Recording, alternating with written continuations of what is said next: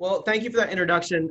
It's great to be here. I've had the honor of working with you guys really for probably 2 or 3 years with Amanda and Erica, but really over the past year, really intensely on Bradshaw Commons. So it's been a pleasure to get to know you and the rest of the team. It's a great company, and just happy to be here to share with you a little bit of what's kind of going on in the design world. So I'll see if we can get this to advance here. I'll kind of breeze through some of this. Stephen, you kind of covered a lot of this, but architect developer here in Greenville, Clemson grad, love being at Clemson.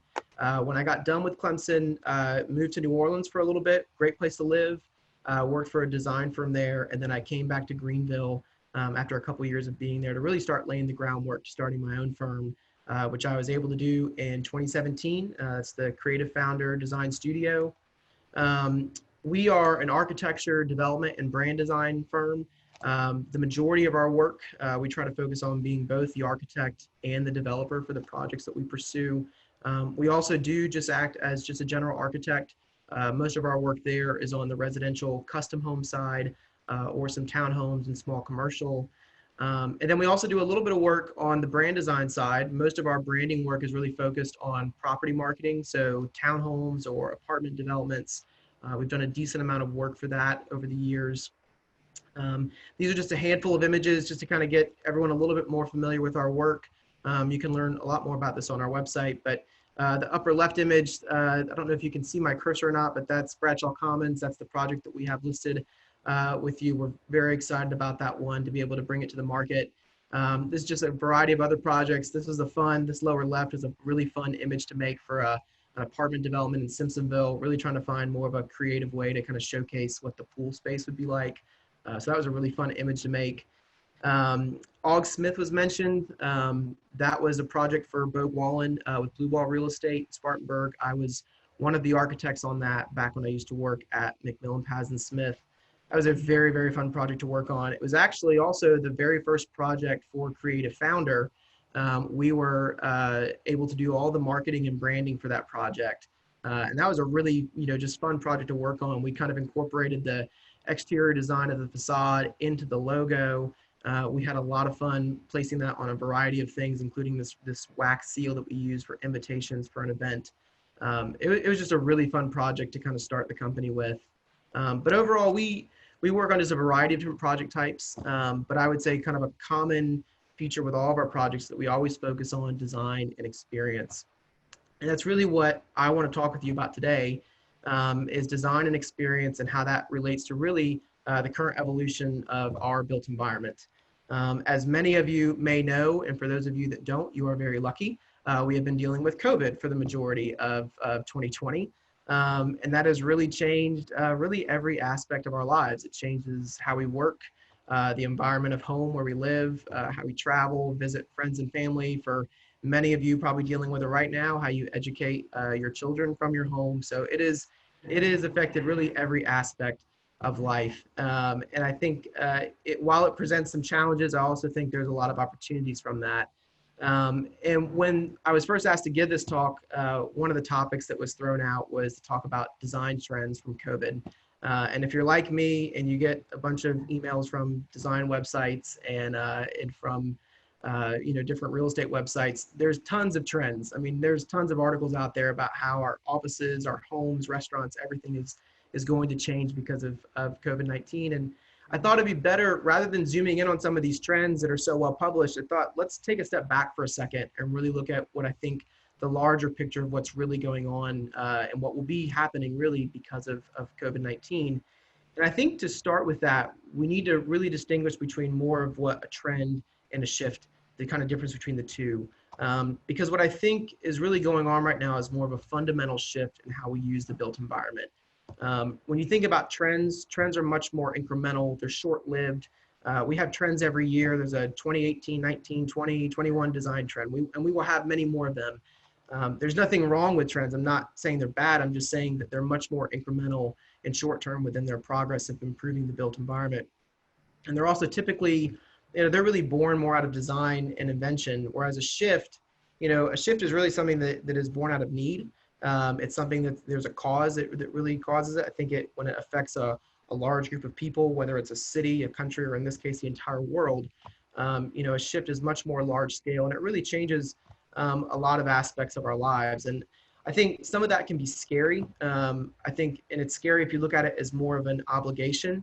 The things that we have to change because of COVID. I know it's been tough to work from home and not see friends and be 6 feet apart. And, while those things are difficult, I think those things will change over time as, COVID-19 goes away. I think if we look at it through more of the lens of opportunity, I think we can really see that there is some good that can come out of the pandemic. And so to throw my hat in the mix, at least of what I think 2020 design trend will be, and kind of going through the rest of this talk, I really think the big trend right now is opportunity. There's been a ton of change that has happened, and I think really what that opens up for is a lot of opportunity to really change our built environment to better work for us. We were talking about all of these things before COVID, about how we work, the hours you work, flexibility, what our homes look like, how those felt in those spaces. Those are all topics that were discussed before COVID, but really what COVID is doing is really providing an opportunity to really start to think about how can we change these spaces to better fit more of our modern lifestyle and more of the needs that we have today. So that's really what I am excited about as a trend that kind of summarizes really everything that's going on in the design world. And so that's what I want to talk with you about today, is kind of the design opportunities and shifts that I see going on within 4 areas. Obviously the home, that's very important to everyone that's on this call. Some industry roles, things that I think that are changing within the real estate industry as it relates to opportunities for consumers and buyers. And then also from an outside perspective, what I see are some opportunities for agents. So we'll go through these kind of quickly. Start off with home. We've all dealt with changes at home because of COVID. And I think one of the things as a trend that you're going to see moving forward is I really think flexibility is going to become the core part of home design, whether that's new construction, full-scale renovation, or a small home renovation. Flexibility is really going to be the key thing that I think people are building into their homes. It could be as simple as a product or furniture. If you think about a studio apartment, how that space can flex from being, the couch that you watch TV on, the table that you eat dinner on, the bed that you sleep on, all being in one room, one piece of furniture. That might be one of the smaller solutions to home with flexibility. But I also think there's large scale and more kind of, some shifts that are done at the beginning of the home design process to make it much more flexible. An example of that, I have a house that I've been working on during COVID-19. It started with a 1-car garage, and that was right at the very beginning, right when COVID was starting. And as the clients continued to work from home, they said, look, we really don't care about that 1-car garage anymore. What we need is a dedicated office that can't be in one of the bedrooms. And we also need to have a space for us to work out because they couldn't go to the gym anymore. And so we said, all right, well, how do we not add square footage? Maybe we just, how do we take over one of these rooms? And the garage is the first thing to go. So what we did is we divided the space in half. The back half of the garage is the office, and that's fully enclosed in the house. So it's conditioned, it's good to go. But then the front of the space, that's the gym. And we actually kept the garage door. We just replaced it with a glass roll-up door so that they can actually have access to the outdoors while they're working out. And the cool part about all of this is that it's flexible, meaning that when they want to sell it down the road, or if they want to change it, all of those spaces can be removed and it can actually be converted back into a garage. So they still have that value there if that's what the market demands that people want. So there's a lot of flexibility just baked into these initial designs. The other thing that I have on here is the new 3.2. When I got started in real estate, that was kind of like, you got to buy the 3.2. You're building a 3.2 or you're buying a 3.2. That just has the most value. I still think that's probably true. You guys know better than I do, but I do think it's very common, and I think it will remain common, but there'll be new features that are added to that. So 3.2 with an office, 3.2 with a gym or a flex room, whatever that is, I think that definition is going to be having some language added to it. Another thing that I really think that's exciting for home design is the accessory dwelling unit, or ADU. This is something going on before COVID, but I think COVID kind of accelerated the need for this. It solves a lot of issues. As many of you might be aware, we are facing an affordability crisis in a lot of our cities. And one of the ways that you can solve that is by adding density, building apartments, duplexes, townhomes, those types of things. But that doesn't always work in single-family zoning districts. And that's what a lot of cities like Greenville are made up of. A lot of our land use is single-family zoning. So how do we add density in a way that relates to the scale of those neighborhoods and also provides flexibility to the homeowners? So it's a zoning change and also more of an architectural change. But I think ADUs add a lot of flexibility for that. Having that structure, you can use it as a rental unit, so you can add density, you can create income for the homeowner, which is great. We've seen the need for that during COVID. It can be your gym, it can be your office. It can also be a place for maybe a family member that's aging, being able to have them age on your property to take care of them. We all saw some of the tragedies that were going on in the nursing homes because of COVID-19. So I think ADUs, again, just add so much flexibility to the home and to the single family lot. They're not, honestly, there's a lot of zoning issues to get those permitted throughout the country. Some places allow them, some places don't. But I think with affordability being a big topic for a lot of cities, I think we're going to see those ADUs become a lot more popular. I'm looking forward to designing some of them in Greenville. This is just a couple of images of some ADUs from around the country. We didn't design any of these, but I just thought they're really cool. One of the things that I love about an ADU is it really just allows you to kind of add some character to your property. Maybe you have more of a traditional home that you bought and just inherited that way, but you've always wanted, maybe more of a modern kind of flat roof, with some wood siding or something, whatever that is. An ADU kind of allows you to add that character on a small scale to your property and really just make your property very unique. So very excited to see where that goes. So let's talk about industry roles. I think there's a lot that's changing within the world of real estate. As we're all probably aware, real estate is an industry that's a little slow to innovation and a little slow to change, partly because the buildings are just tough to build and they're also tough to innovate. But I think one of the ways that we will see some innovation is really within the companies themselves and the services that they offer. My company in particular, we are architects and developers, and we do branding as well. But there are other architecture firms that are also contractors and they're developers as well as architects. So I see some of that kind of integration coming into one firm. Being able to add more services to the same consumer and also just helping a little bit with the margins as the industry just gets a lot more competitive. The other thing to mention with this, I think tech, it was already playing a huge role in real estate. We're all familiar with Google and Amazon and the roles that they've played. I would not be surprised if they, kind of further their march into real estate. I don't know if that's just with products that they offer, or maybe in the future, Amazon is a builder. They're firms that chase opportunity, and housing and the demand for affordable housing is a huge opportunity in our country right now. And I think tech firms like them that have a lot of capital and a lot of resources, I just would not be surprised at all if they kind of make the jump into real estate. Other things that I see happening in the industry, commercial goes residential. There's a lot of commercial developers that were, developing retail and office spaces that maybe because of COVID-19 that's slowed down, and we were oversupplied with retail, so maybe they have to shift where their focus is. A great example of that on Bradshaw Commons, I'm working with Bo Gwallen with Blue Wall Real Estate, very well-known local developer. The majority of his career, though, has been in commercial, office, and industrial development. And now he's working with me on a townhouse development. And I think that's just purely because, developers are chasing where the opportunity is. And I think I will not be surprised if more commercial developers go that route into more urban infill and residential development.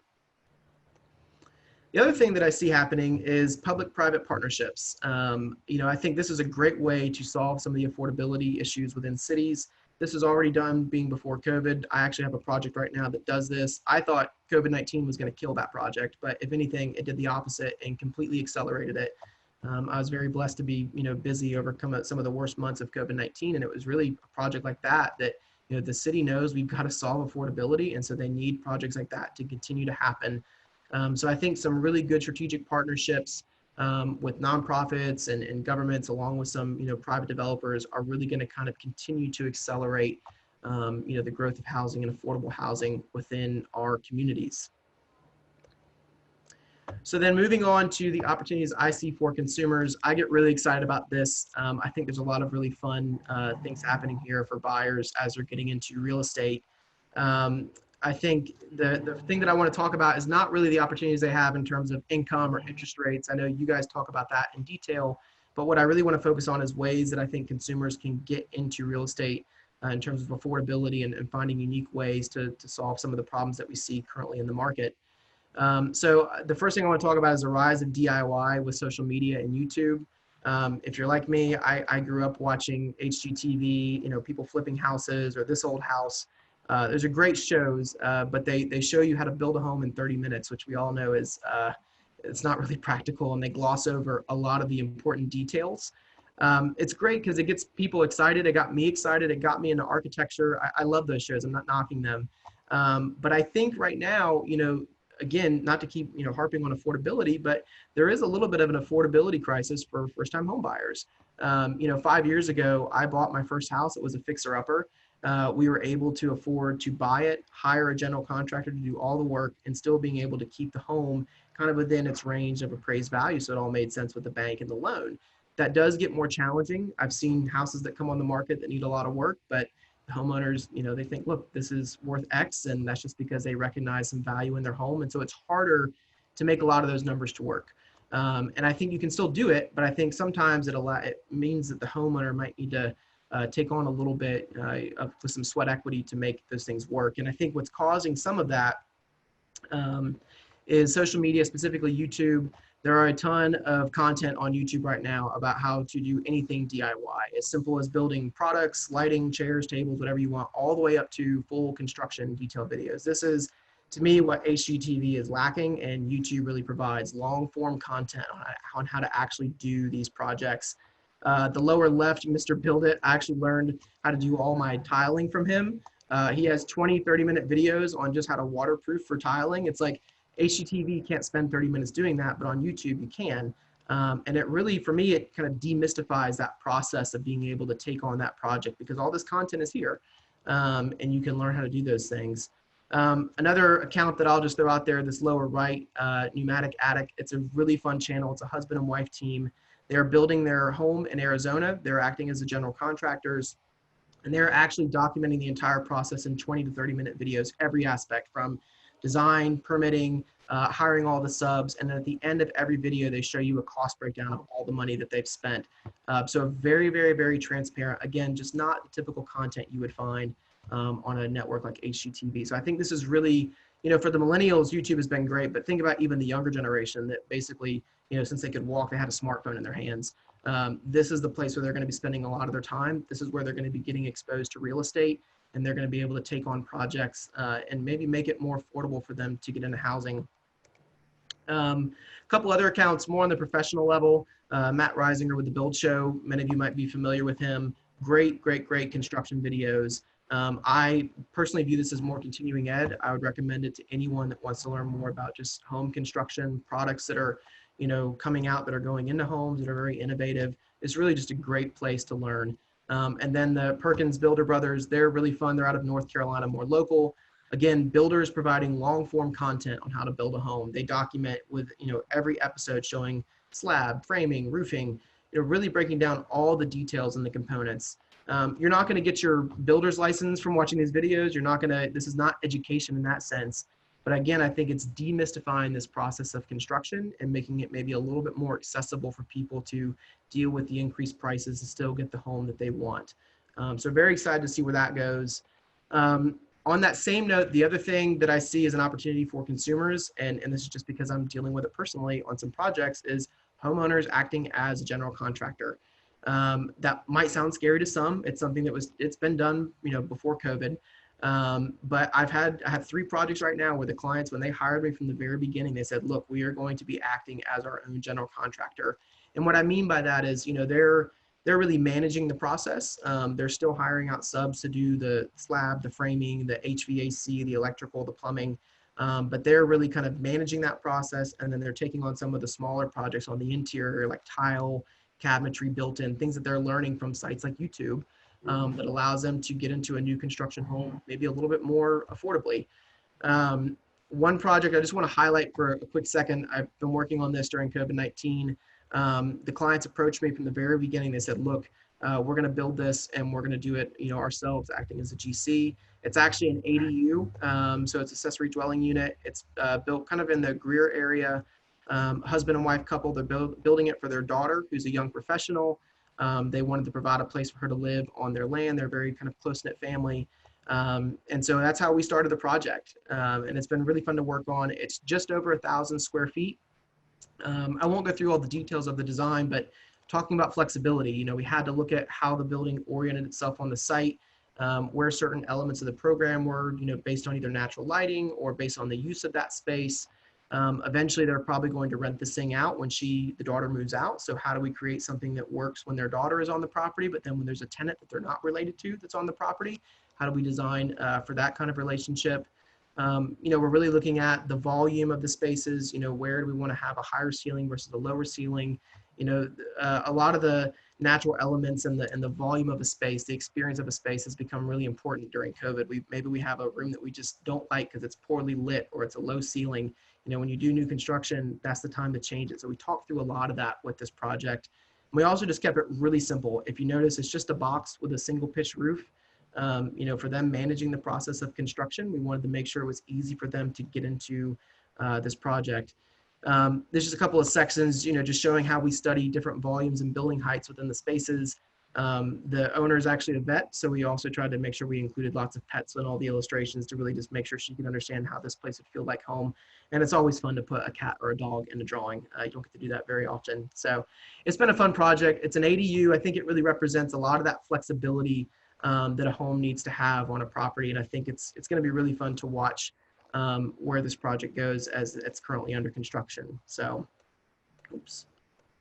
So then last thing that I want to talk about with opportunities is really the opportunities I see for you as agents.